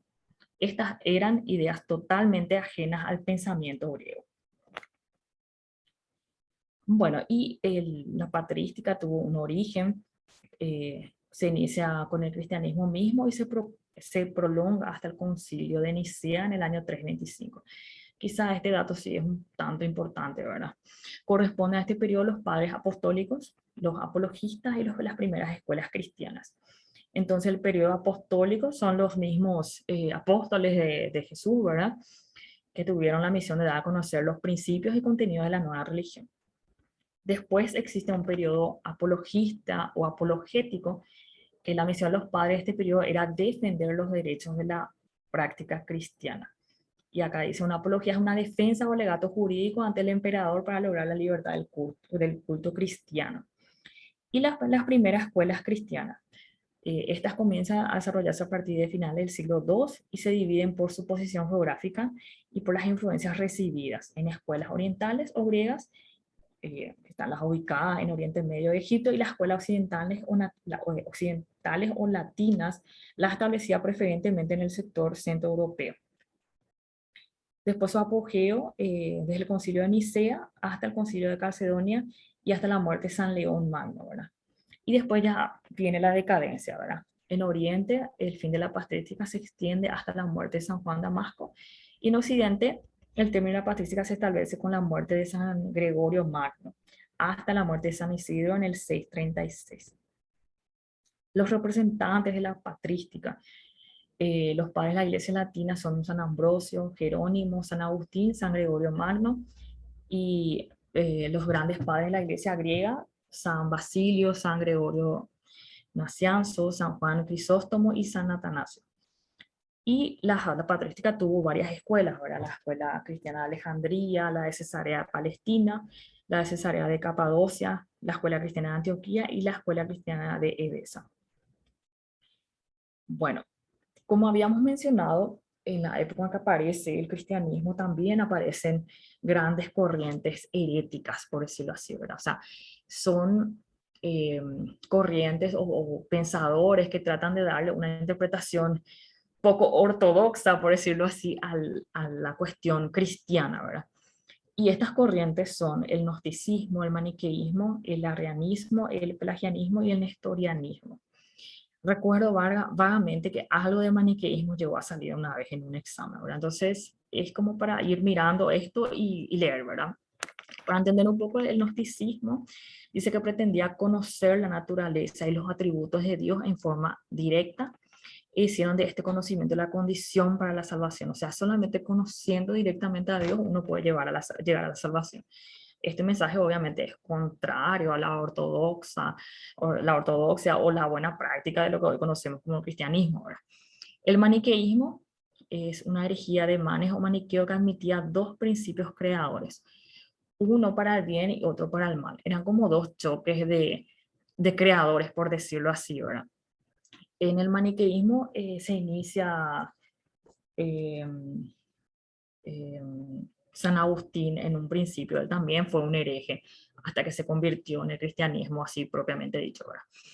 El arianismo combate la unidad y la consubstancialidad de la Trinidad y afirmaba que el verbo era muy inferior al Padre, o sea, son cuestiones más teológicas las que de alguna manera ataca esta corriente, ¿verdad? El pelagianismo es la doctrina de Pelagio, negaba la transmisión del pecado original a los hombres. El pecado de Adán no debilitó la capacidad humana para el bien y que solo el mal ejemplo hace difícil la vida de los hombres. O sea, desechando un poco ese pecado original es como que uno tiene libre albedrío de hacer muchas cosas, entonces por eso era una corriente herética. Y el nestorianismo, al existir dos naturalezas en Cristo, existen también dos personas, una de las cuales habita dentro de otra. O sea, es como que no tiene nada que ver con la Trinidad, entonces por eso era una corriente herética. Negaba también que María fuera madre de Dios y consideraba como fábula pagana la idea de un Dios envuelto en pañales y crucificado. Bueno, y también a raíz de estas corrientes heréticas también existe un problema de fe, ¿verdad? Y dice, esto ha creado planteamientos muy diversos según la posición que se adopte en relación a la creencia o no de un Dios. Entonces, en cuanto a los problemas de fe, existe una postura llamada gnosticismo que rechaza la posibilidad racional de demostrar la existencia de Dios. El panteísmo es una doctrina que identifica a Dios con la totalidad de la naturaleza, ¿verdad? Con todo esto se encontró el cristianismo y tuvo que de alguna manera ver la forma de que se pueda, o sea, que se pueda entender el mensaje de Cristo de la manera que como hoy nos llega, por decirlo así, ¿verdad? El fideísmo es la posición fundada en la fe más absoluta de Dios. Es decir, la fe es algo inexplicable y donde nada tiene que ver con la razón, ¿verdad? Y el ateísmo es la posición que niega en forma tajante la existencia de Dios. Por otro lado, existe la otra postura que se llama deísmo, que es la postura que sostiene la existencia no de un Dios personal, sino la de un Dios racional que explicaría el fundamento del mundo. Es el Dios del racionalismo moderno. De alguna manera, en el modernismo, esta concepción es como que se vuelve a tomar, ¿verdad? Y teniendo en cuenta todo esto, ya pasamos a San Agustín. De San Agustín, la producción intelectual de San Agustín es bastante abarcativa, ¿verdad? En nuestro material tenemos estas, ¿verdad? De Civita Dei, Confesiones contra Académicos, de Gatavita y Soliloquio. Es importante que recordemos esto porque siempre sale, ¿verdad? Sí o sí, ya me sé marcar de quién es esta obra, ¿verdad? Y sobre todo recordar que de Civita Dei significa la ciudad de Dios, ¿verdad? Esto está en latín. Y hay veces que lo sacan así traducido y qué diablo decimos, no sabe de dónde salió, ¿verdad? Entonces, La ciudad de Dios es de Civitas Dei y que es de San Agustín. Bueno, en cuanto a las etapas de la vida de San Agustín, perteneció al apogeo de la patrística, fue hijo de un funcionario romano pagano y de madre cristiana. Él nace en Tagaste, que era una ciudad cercana a Cartago, y región de Numidia, y que hoy por hoy es Túnez. Agustín se inicia en el círculo de los maniqueos hasta los 17 años, o sea, él estuvo en la secta maniquea, él era hereje, y sigue en él hasta los 28 años. El maniqueísmo es una doctrina traída de Persia, hizo el Imperio Romano y se hizo pasar como secta cristiana cuando en realidad era una religión pagana. Las ideas centrales del maniqueísmo, que más o menos ya lo vimos, era que toda la realidad era la oposición de dos principios cósmicos: Dios, materia, luz, tinieblas, el bien y el mal. Y él ya a los 30, casi a los 30, se convierte al cristianismo. Él es bautizado por San Ambrosio y a los 37 años es consagrado sacerdote y a los 41 años es ordenado obispo de Hipona. Bueno, dice el buscador de verdad, la superación del escepticismo. San Agustín, de alguna manera, quiere superar ese escepticismo de las escuelas helénicas, por decirlo así, ¿verdad? Dice, la verdad es el punto de partida del pensamiento de San Agustín. Y dice, sea la verdad, ¿cómo llegamos a la verdad? ¿Qué es la verdad? Agustín se da cuenta de que estuvo en un error cuando abrazó el maniqueísmo. Y al darse cuenta de ello también se le ocurre la duda sobre si se da la verdad absoluta, si verdaderamente es posible la verdad necesaria e inmutable. Y si no existen verdades universales, absolutas y necesarias, entonces existen solamente verdades relativas, con lo que tendremos que conformarnos con opiniones probables. Dice, así es formulado el escepticismo en la nueva academia, y en Cicerón. Este es el escepticismo que Agustín tratará de superar, o sea, eh, las verdades, por decirlo así, probables, nada más, opiniones probables. Entonces, la solución agustiniana al problema de las verdades absolutas parte de hechos de inmediata evidencia, de los datos de la conciencia. Sobre los datos que capta la conciencia se puede dudar, pero de esta misma duda no se puede dudar. Es decir, ciertamente el escepticismo decía que no existen verdades absolutas, o verdades universales, absolutas y necesarias, entonces, tipo, ¿para qué reflexionar sobre ello, verdad? Pero San Agustín dice que ciertamente eh, existen datos en nuestra conciencia y nosotros podemos dudar de la verdad, por decirlo así. Ciertamente yo puedo dudar de que puedo llegar a un conocimiento verdadero, pero de esta duda, de que yo dudo, de eso yo no puedo dudar, dice, ¿verdad? Entonces afirma San Agustín literalmente, duda a alguien de que vive, de que recuerda, de que conoce, quiere, piensa, sabe y juzga. Si duda, sabe que no sabe algo con plena seguridad. Si duda, sabe que no puede dar su asentimiento a la ligera. ¿Podrá alguien dudar acaso de lo que quiera? Pero de esta misma duda no puede dudar. O sea, yo puedo dudar de todo, de que existe inclusive, pero yo no puedo dudar de que estoy dudando. O como dice en un tono más vigoroso de Civita Dei, si hierro, sé que existo. O sea, si enim fallor sum o si fallor sum también es una frase, ¿verdad? O sea, si yo hierro, si me estoy equivocando, entonces estoy existiendo, ¿verdad? Porque yo no tengo dudas de que estoy dudando. Eso es lo que debemos de recordar, San Agustín, ¿verdad? Con esto San Agustín descubre una serie de verdades y con esta formulación de cadencia muy moderna también superará de raíz la concepción relativista del escepticismo.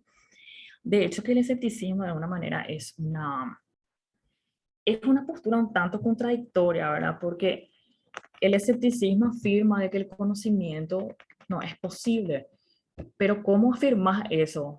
Sabiendo únicamente, ¿verdad? Entonces es una postura realmente contradictoria. Y es como que de alguna manera él llega también a esa conclusión, ¿verdad? Bueno, yo dudo de todo, pero no puedo dudar de que estoy dudando. Entonces ahí es como que él llega de alguna manera a una verdad.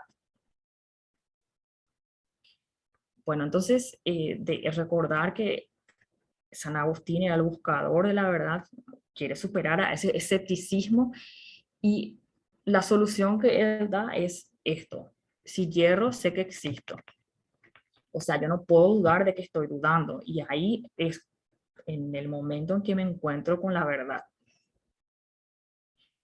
Después tenemos otro punto que se llama interiorismo. Con lo que hemos dicho anteriormente, o sea, con lo que hemos reflexionado, toca muy de cerca el origen y la fuente del conocimiento, aquello que es fundamento de la verdad. Para Agustín no habría que poner la fuente del conocimiento en la experiencia sensible, en los datos proporcionados por los sentidos. El mundo de los sentidos no es fiable. Atienda siempre esto con San Agustín, ¿verdad? Entonces él no confía en los sentidos porque responde al mundo de la realidad material, del mundo en donde las cosas cambian y varían, donde nada permanece igual y solo podemos concluir en verdades relativas. El mundo de los cuerpos no nos puede ofrecer la idea de unidad en sentido verdadero, ya que todo cuerpo es divisible hasta el infinito. Por eso el valor de la necesidad e inmutabilidad de la verdad no puede tener su fuente ni su garantía en la experiencia sensible.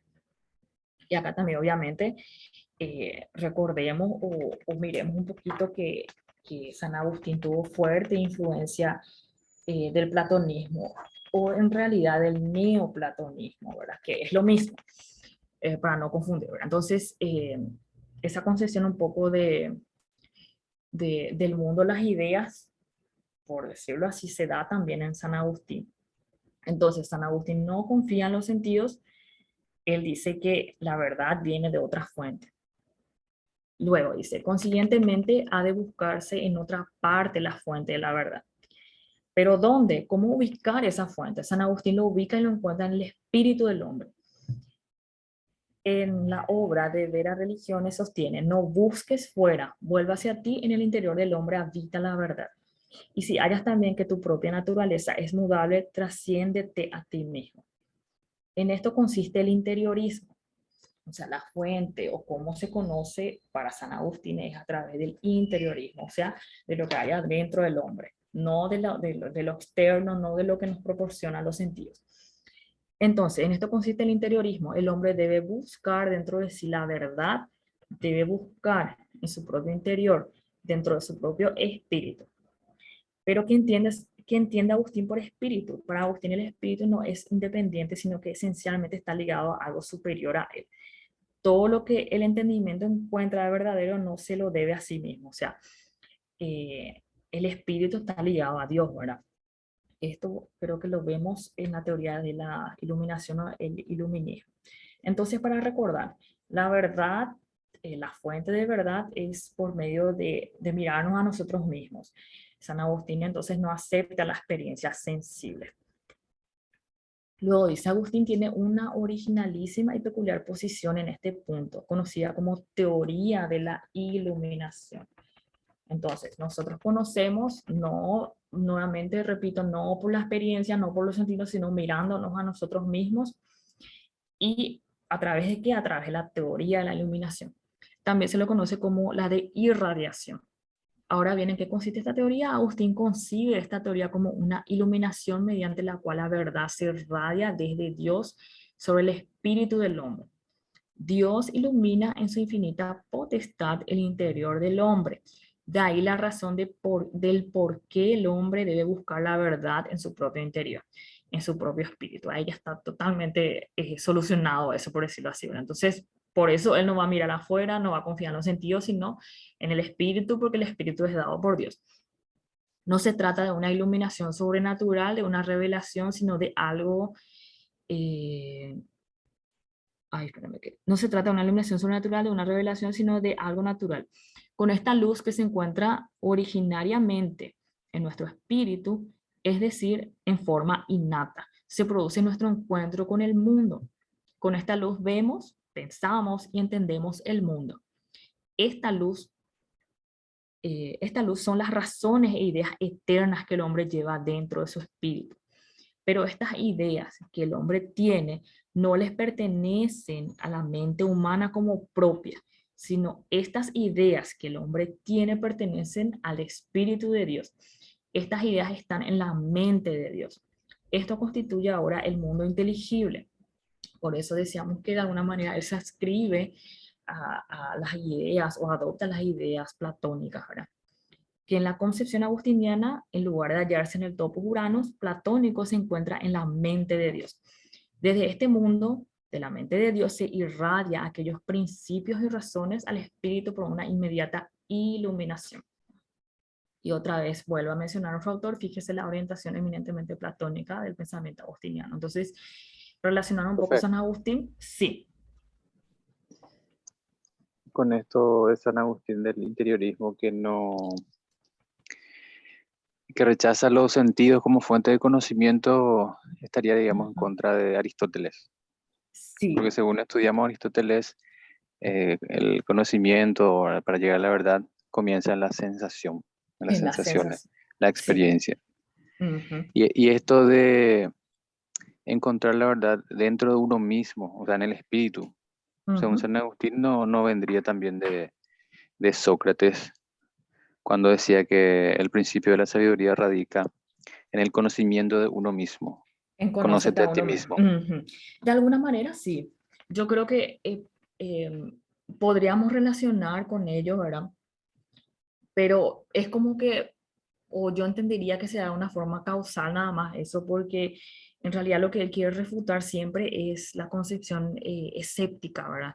Entonces, eh, teniendo en cuenta que, bueno, yo no puedo conocer nada, pero sí, o que puedo dudar de todo, pero no puedo dudar de que yo dudo, por decirlo así, entonces la única forma de conocimiento siempre va a ser a través de mi interior de alguna manera. Sí, sí que sí, realmente podríamos relacionarlo con eso. E inclusive, bueno, Platón tuvo sus, o sea, adoptó ciertas ideas de Sócrates, entonces es bastante acertado lo que decís. Podríamos de alguna manera relacionarlo.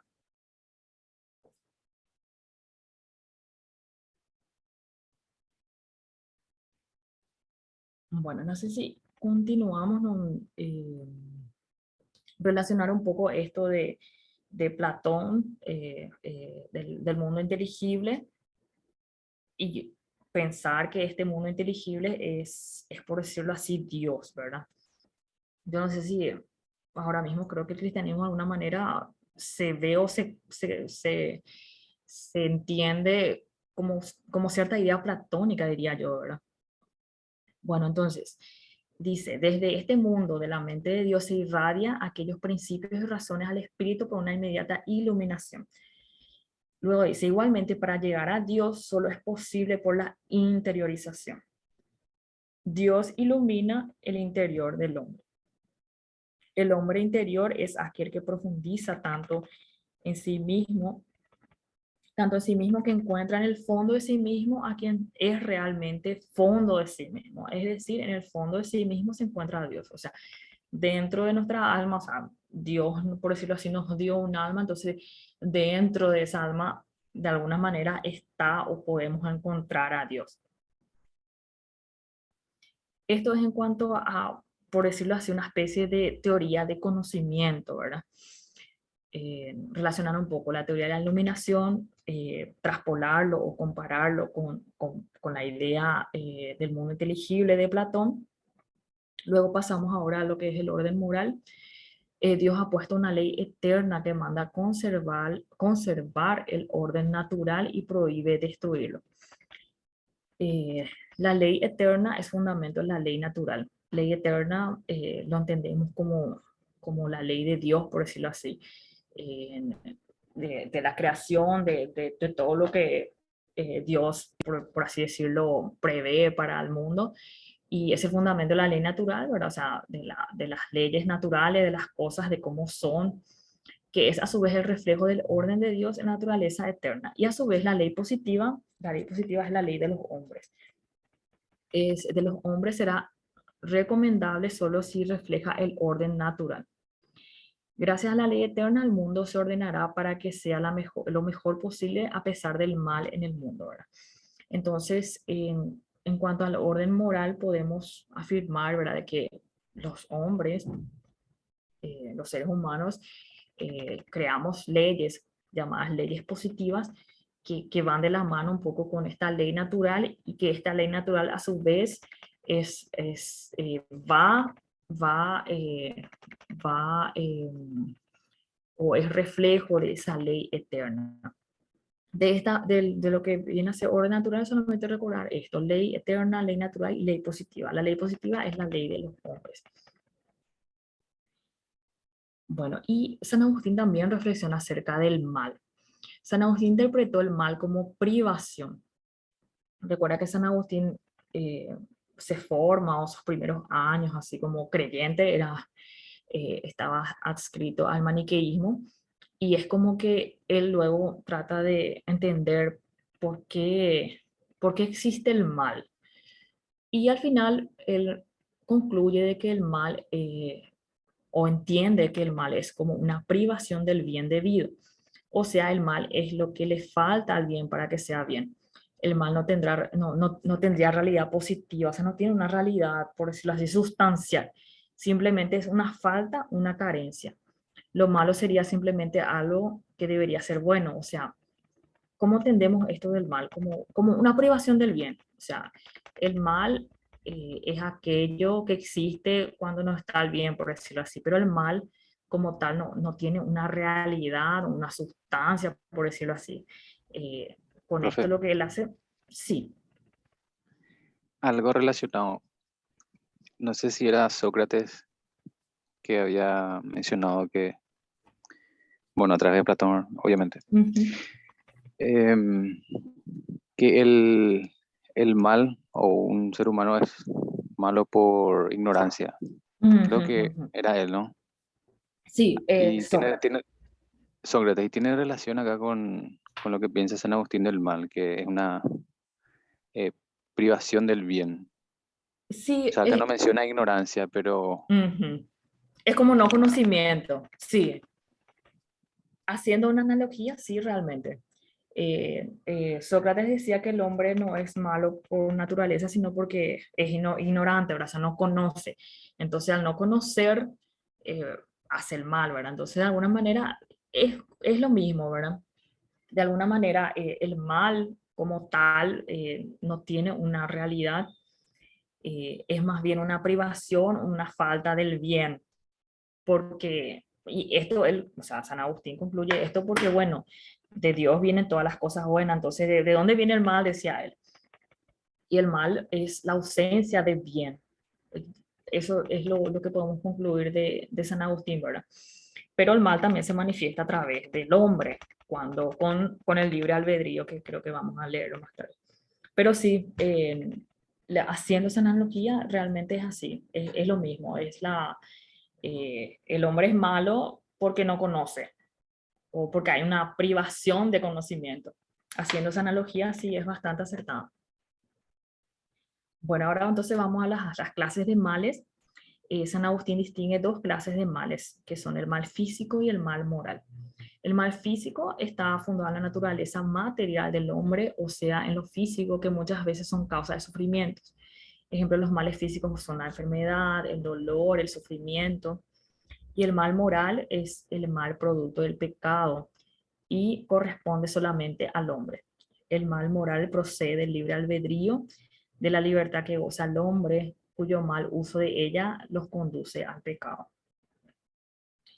Acá, no sé, sobre todo con este tema mal moral, creo que no hay mucha cuestión así filosófica, sino más bien una cuestión así de dogma o religioso, ¿verdad? En cuanto a la antropología, para Agustín el hombre es una unidad, y esta unidad consiste que el alma posea al cuerpo, usa de él y lo gobierna. Y, o sea, nosotros debemos de entender que, no, que para San Agustín no hay una dualidad como existe en Platón, ¿verdad? Cuerpo por un lado y alma por otro, sino que es una unidad, ¿verdad? Entonces, no se olviden eso, porque posiblemente es un gran tema que puede salir, ¿verdad? Entonces, ciertamente él adopta ciertas cuestiones platónicas, pero en el sentido del alma y cuerpo no. Entonces, es una unidad que consiste en alma y cuerpo. usa de él y lo gobierna. Dice, el alma es cierta sustancia dotada de razón que está allí para dominar y regir los cuerpos. El hombre tiene una naturaleza eminentemente espiritual y es por consiguiente solo alma. El cuerpo no es una constitución esencial. Dice, la sustancialidad del alma se funda en la conciencia del yo, que tiene 3 momentos por sus actos. Aunque este yo permanece inalterable, estos 3 momentos son memoria, inteligencia y voluntad.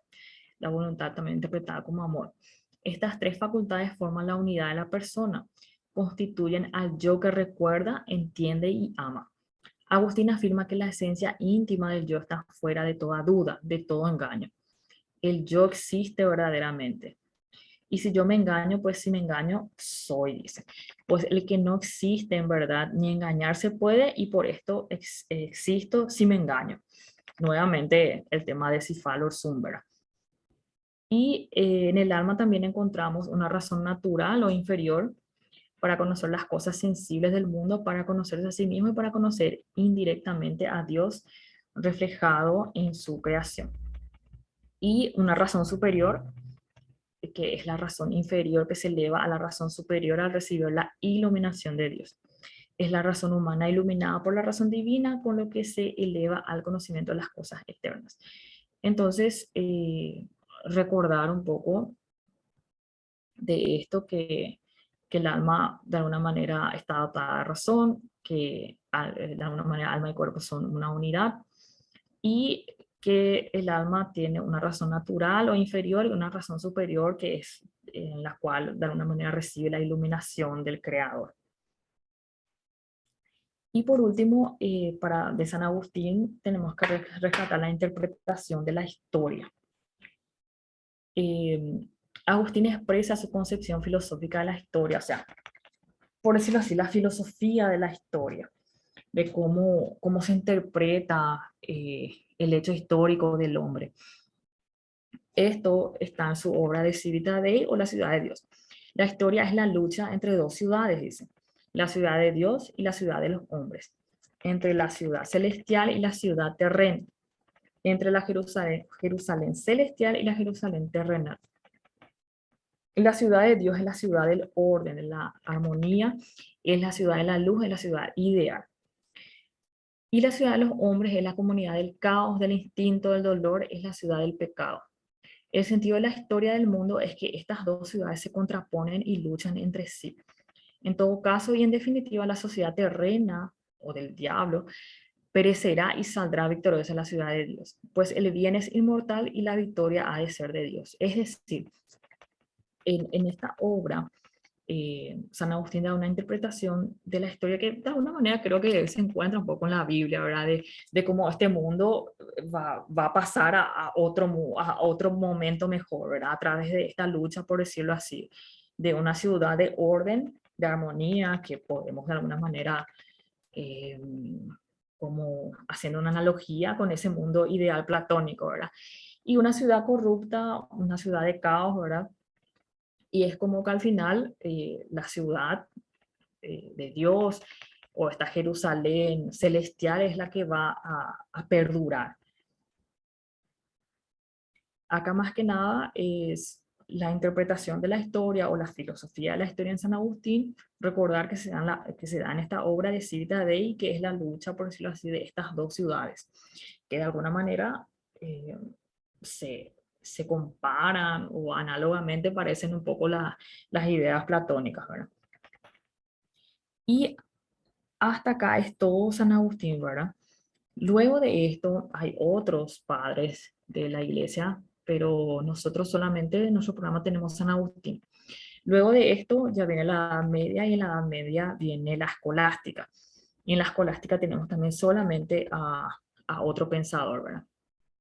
Entonces, para avanzar un poquito, en la Edad Media, término utilizado para referirse a un periodo de la historia europea que transcurrió desde la desintegración del Imperio Romano de Occidente en el siglo V hasta el siglo XV con la toma de Constantinopla por los turcos.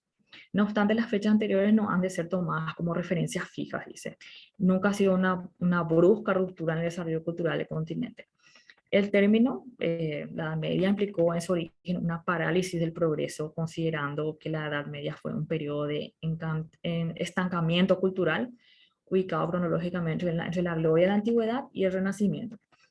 Pero investigaciones actuales tienden, no obstante, a reconocer este periodo como uno de los que más constituyó en la evolución histórica europea, con sus propios procesos críticos y desarrollo. De hecho, que en esta época surge de alguna manera las universidades, ¿verdad? Entonces, la Edad Media no podemos tomar como una época de oscurantismo.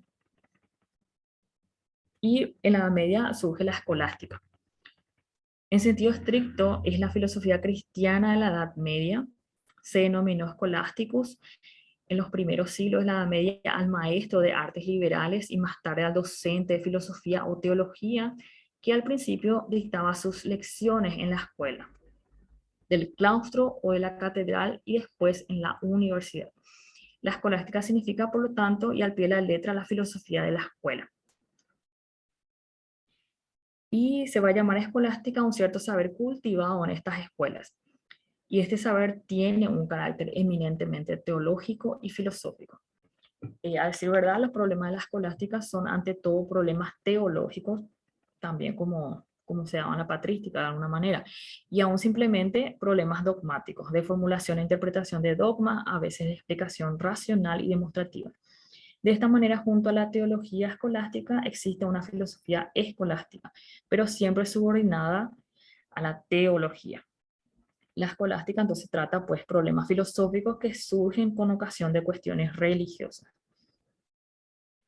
Y este movimiento espiritual se ve impulsado aún más por tres nuevos factores que vienen a confluir simultáneamente y que actúan como nuevos resortes, dice. Estos factores lo que determinan decisivamente la orientación intelectual del escolastismo son el conocimiento de Aristóteles, el auge de las universidades y la actividad científica en las nuevas órdenes religiosas. O sea, recién en esta época es como que las escuelas, las universidades tienen conocimiento de Aristóteles, pero a través de otros traductores que vienen de las escuelas eh,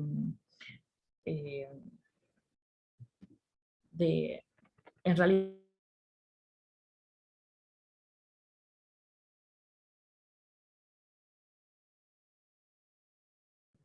los árabes, ¿verdad? O sea, ellos fueron los...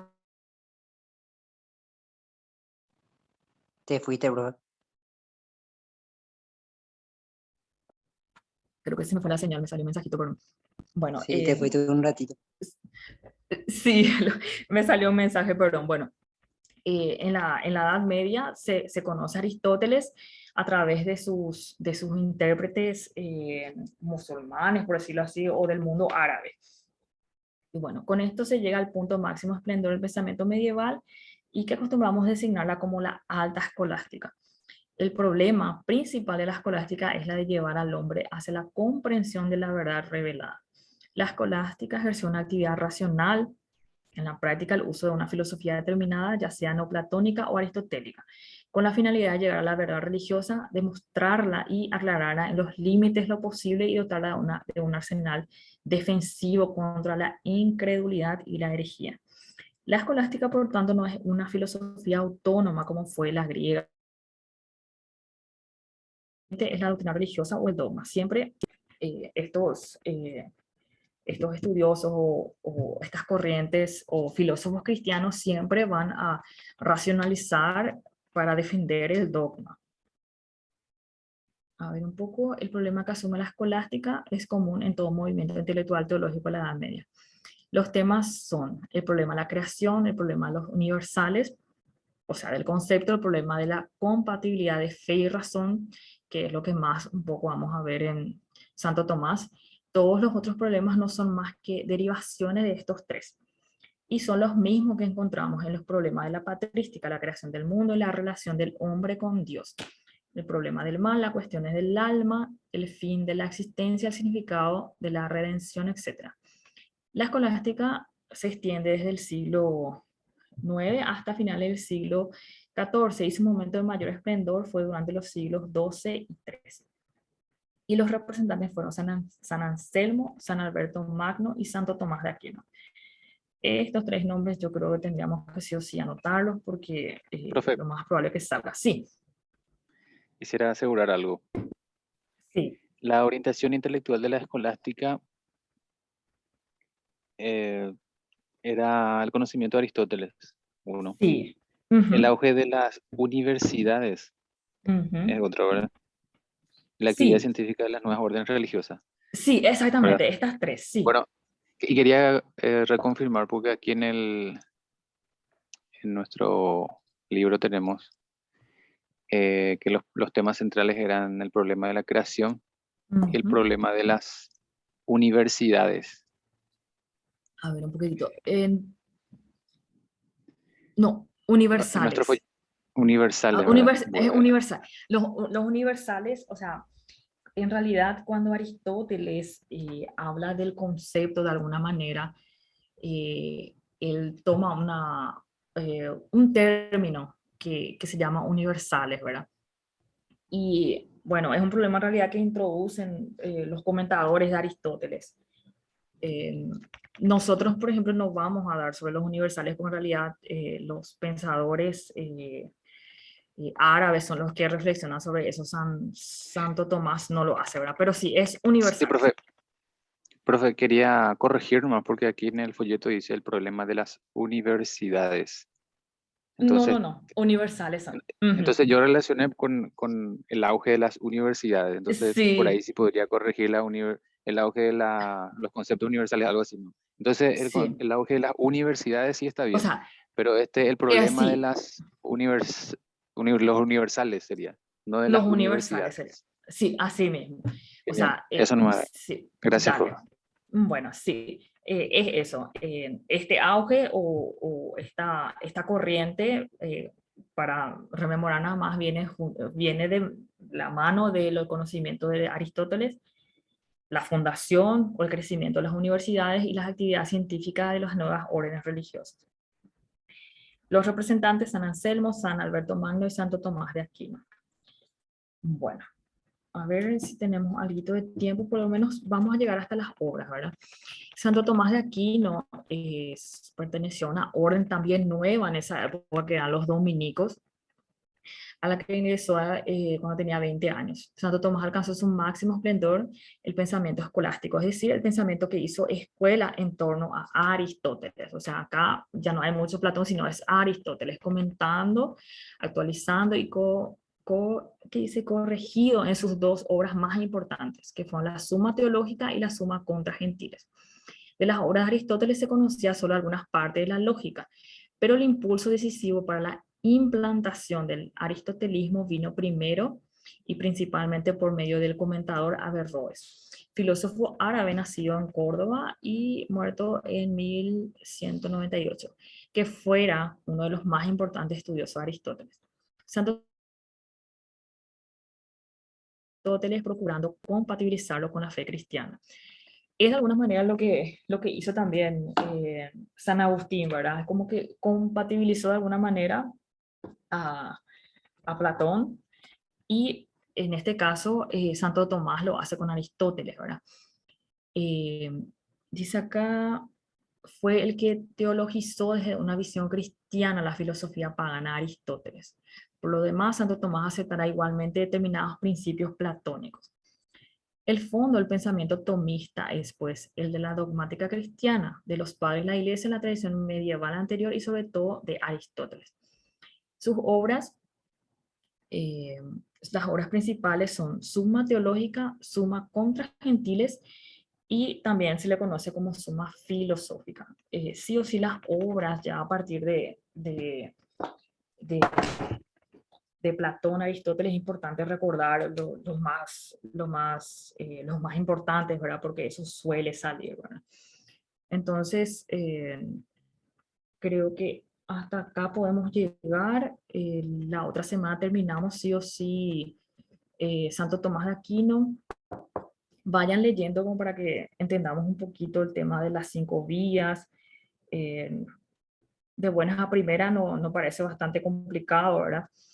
Y luego ya entramos a lo que sería la época moderna, ¿verdad?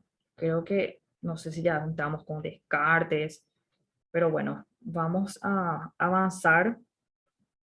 También esta semana no les pude preparar algo de ejercitarios, pero voy a tratar de pasar en la semana algo como para que puedan ejercitarse, ¿verdad? Como les dije, la idea siempre es un poquito que ustedes sepan cómo rendir, ¿verdad?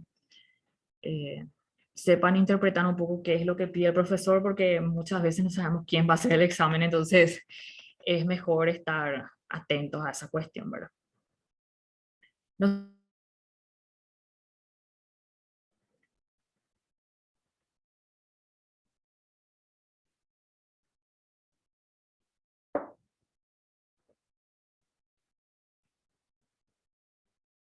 Bueno, creo que estamos bien entonces. Bueno, continuamos entonces la otra semana. Vayan leyendo y nos vemos el martes entonces. Gracias, profe. Hasta el No, martes. gracias a ustedes. Chao, chao. Chao, profe.